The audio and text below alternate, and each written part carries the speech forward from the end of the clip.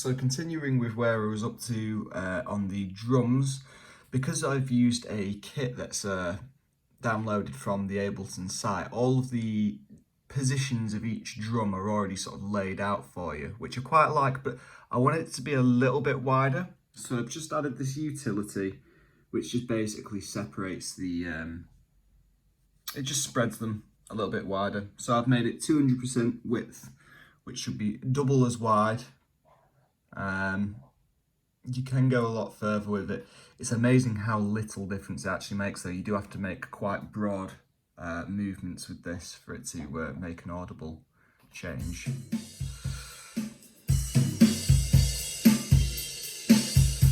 Because it's quite a full track as well, I wanted it to be as wide as possible just to make sure there's loads of space. But I have continued to check for mono compatibility throughout.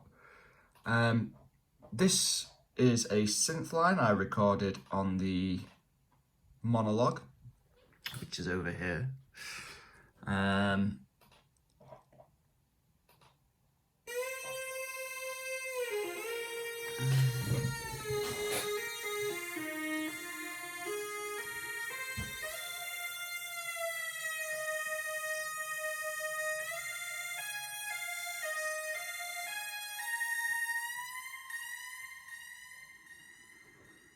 So obviously I've got, it starts with a delay. There's a sort of Hass effect delay in there, but I've put a load of things on and then I've taken stuff off as well, but I can't see it at the moment because it's all frozen.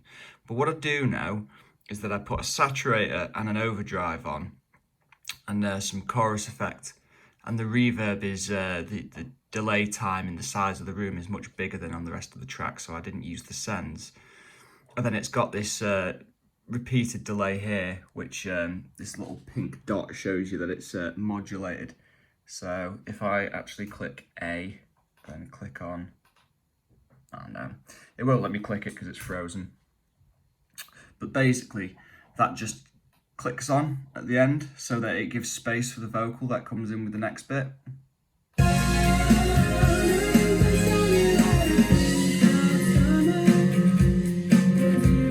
So it just allows the instruments to drop out nicely, and it fades it out and blends it into the rest of the track. But what I've done is I've separated these left and right again, which is a bit of a continuation with the rest of the track. I've done this quite a lot. But what I've done is I've treated the two sounds differently. So they're not, they're perfectly time aligned. So they should be, you know, it should just sound like it's in the center of the mix. But what I've done is one of them, I've used this saturator, and the other one, I've used this overdrive. So it's basically, it looks the same because the tracks have just been duplicated. It's just I've turned some effects off on one and on another. So that gives it a nice wide sound, but obviously without having to overdo the Hass effect and change mono compatibility. So it just means that it's not going to sound any different in mono. It's just it's going to sound in the center. And then we've got this grand piano. Now this I just played in using an actual piano to get the MIDI, and then I chose just a basic piano sound from Ableton's library, and then I added a delay, and it's as simple as that. So we've got this.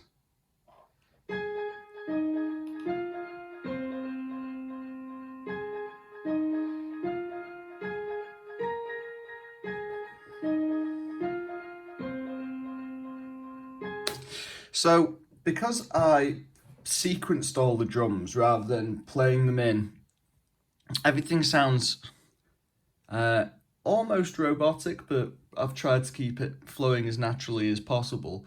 But it is like dead on the click track, and obviously if I started having elements that were less quantized, it would make it more obvious the bits that had been quantized. But here's what I've done to try and get around it. I just played in one note at a time, just one octave with one hand. I have duplicated it so that we've got the same thing on 3 different octaves. And then if we zoom right in here, you can see I've just staggered it so that the notes play slightly spread, so you get that effect.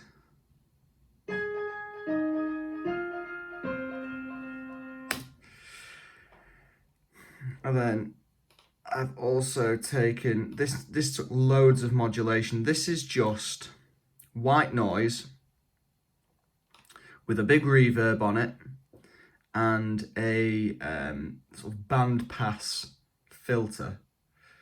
And all I've done is I've gone through and I have, yeah, it's not going to show me all the modulation. I've drawn little peaks and triangles and things all the way through so that we've got a riser where the bandpass filter moves up the frequency range, and then obviously when something drops in, I filter down coming out of the into the lower frequency range. So that sounds a little bit like this.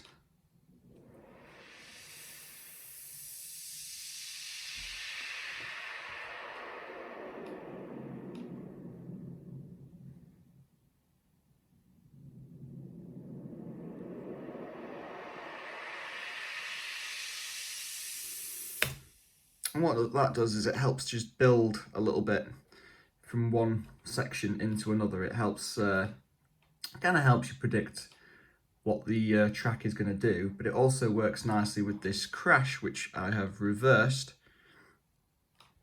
which, ooh, sorry, that was a sneeze. That's not on the recording.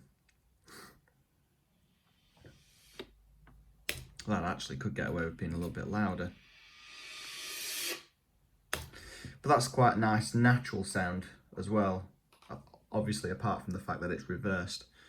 That helps you drop into the mix. I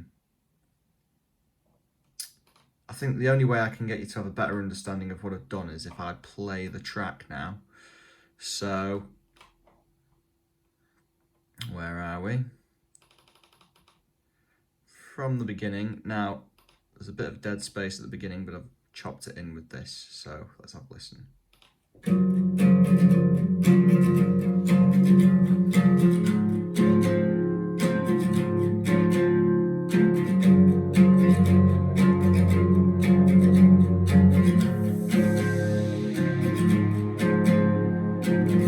Outside for the first time in a long time, losing self sinking to the sunlight. It's been a while since it felt right, but the warm nights are coming soon and you'll be just fine. You'll be just fine. You'll be just fine.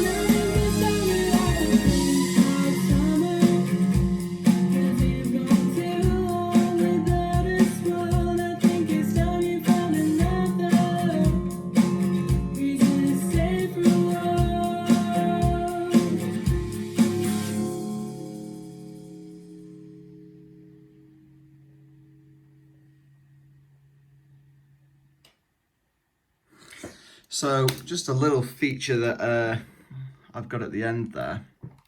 There is a click in the right hand speaker, which presumably was when I was recording it.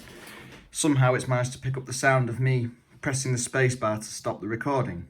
But what I've done is I've left it in there because I think as the guitar dies down and all the reverb dies out, it gives the feel of someone sort of leaving a room and flicking a light switch off.